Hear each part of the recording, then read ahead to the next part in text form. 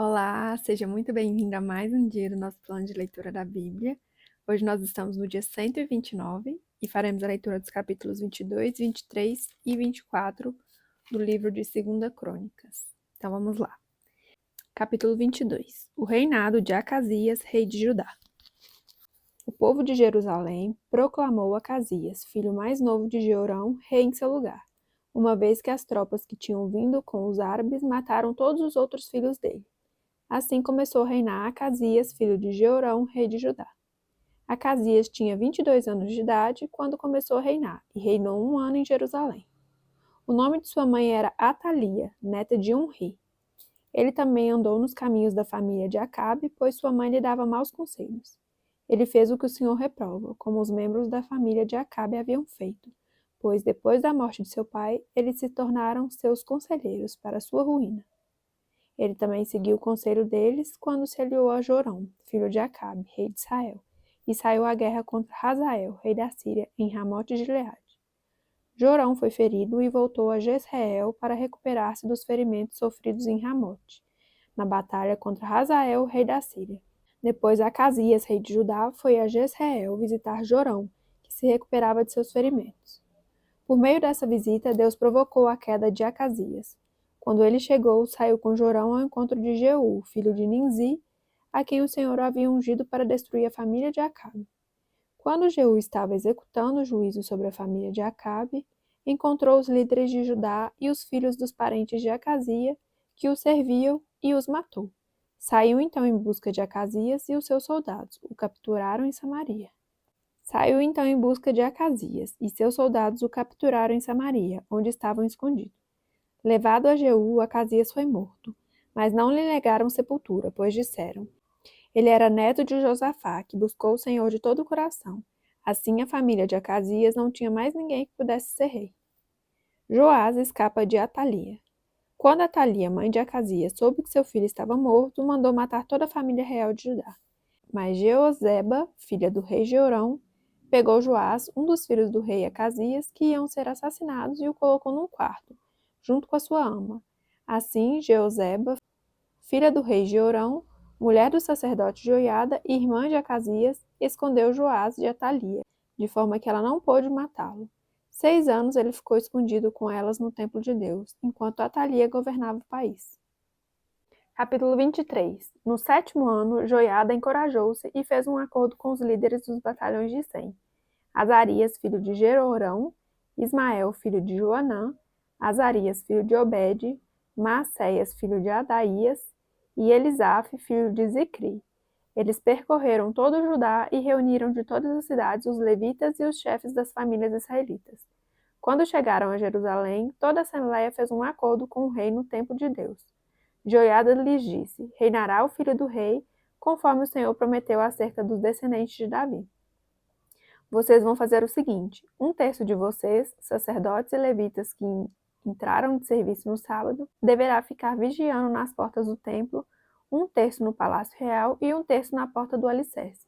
E todo o povo estará nos pátios do templo do Senhor. Ninguém deverá entrar no templo do Senhor, exceto os sacerdotes e os levitas de serviço. Estes podem entrar porque foram consagrados, mas o povo deverá observar o que o Senhor lhes determinou.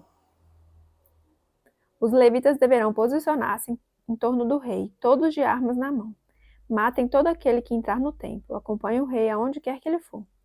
Os levitas e todos os homens de Judá fizeram como o sacerdote Joiada havia ordenado.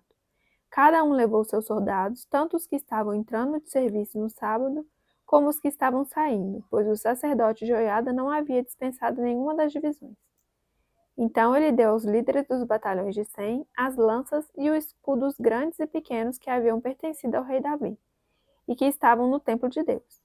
Posicionou todos os homens, cada um de arma na mão, em volta do rei, perto do altar e no templo, desde o lado sul até o lado norte do templo. Joiada e seus filhos trouxeram o filho do rei e o coroaram. Entregaram-lhe uma cópia da aliança e o proclamaram rei, ungindo e gritando: Viva o rei! Quando Atalia ouviu o barulho do povo correndo e aclamando o rei, foi ao templo do Senhor onde estava o povo. Lá ela viu o rei à entrada, em pé junto à coluna. Os oficiais e os tocadores de cornetas estavam ao lado do rei, e todo o povo se alegrava ao som das cornetas, Os músicos, com seus instrumentos musicais, dirigiam os louvores. Então Atalia rasgou suas vestes e gritou: Traição! Traição! O sacerdote Joiada ordenou aos líderes dos batalhões de 100 que estavam no comando das tropas: levem-na para fora por entre as fileiras, e matem à espada todo aquele que a seguir. Pois o sacerdote dissera: Não a matem no templo do Senhor. Então eles a prenderam e a levaram à porta dos cavalos, no terreno do palácio, e lá a mataram. E Joiada fez um acordo pelo qual ele, o povo e o rei seriam o povo do Senhor. Então todo o povo foi ao templo de Baal e o derrubou. Despedaçaram os altares e os ídolos e mataram Matã, sacerdote de Baal, em frente aos altares. Joiada confiou a supervisão do templo do Senhor aos sacerdotes levitas, aos quais Davi tinha atribuído tarefas no templo, para apresentarem os holocaustos ao Senhor, conforme está escrito na lei de Moisés, com júbilo e cânticos, segundo as instruções de Davi. Também pôs guarda nas portas do templo do Senhor, para que não entrasse ninguém que de alguma forma estivesse impuro. Levou consigo os líderes dos batalhões de 100, os nobres, os governantes do povo e todo o povo, e juntos conduziram o rei do templo do Senhor ao palácio, passando pela porta superior, e instalaram o rei no trono. E todo o povo se alegrou. A cidade acalmou-se depois que Atalia foi morta à espada. Capítulo 24. As reformas de Joás no templo. Joás tinha 7 anos de idade quando se tornou rei e reinou 40 anos em Jerusalém. O nome de sua mãe era Zibiá. Ela era de Berseba. Joás fez o que o Senhor aprova enquanto viveu o sacerdote Joiada. Este escolheu para Joás 2 mulheres e ele teve filhos e filhas. Algum tempo depois, Joás decidiu fazer reparos no templo do Senhor. Ele reuniu os sacerdotes e os levitas e lhes disse: Vão às cidades de Judá e recolham o imposto devido anualmente por todo Israel, para fazer reparos no templo de seu Deus. Vão agora mesmo. Os levitas, porém, não agiram imediatamente. Por isso o rei convocou Joiada, o sumo sacerdote, e lhe perguntou: Por que você não exigiu que os levitas trouxessem de Judá e de Jerusalém o imposto determinado por Moisés, servo do Senhor, e pela Assembleia de Israel para a tenda da Arca da Aliança? De fato, Atalia, aquela mulher ímpia, e os seus filhos tinham arrombado o templo de Deus e tinham até usado os seus objetos sagrados para cultuar os Baalins. Então, por ordem do rei, fizeram uma caixa e a colocaram do lado de fora, à entrada do templo do Senhor. Fez-se a seguir uma proclamação em Judá e em Jerusalém, para que trouxessem ao Senhor o imposto que Moisés, servo de Deus, havia exigido de Israel no deserto. Todos os líderes e todo o povo trouxeram com alegria as suas contribuições, colocando-as na caixa até enchê-la.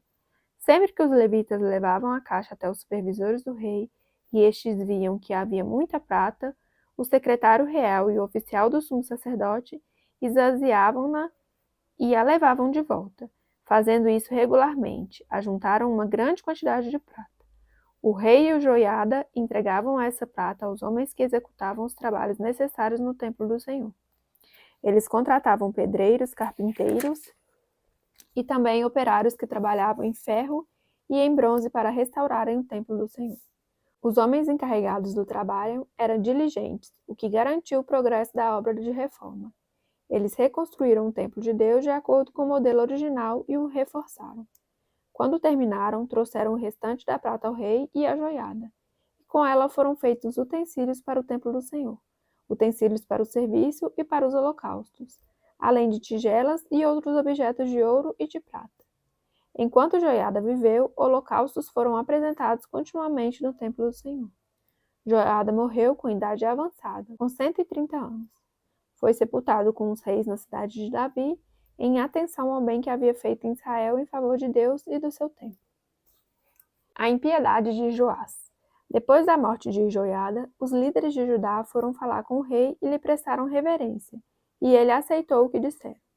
Então abandonaram o templo do Senhor, o Deus dos seus antepassados, e prestaram culto aos postes sagrados e aos ídolos. Por culpa deles, a ira de Deus veio sobre Judá e Jerusalém. Embora o Senhor tivesse enviado profetas ao povo para trazê-lo de volta para ele, e os profetas tivessem testemunhado contra o povo que não quis ouvi-los. Então o Espírito de Deus apoderou-se de Zacarias, filho do sacerdote Joiada. Ele se colocou diante do povo e disse: Isto é o que Deus diz.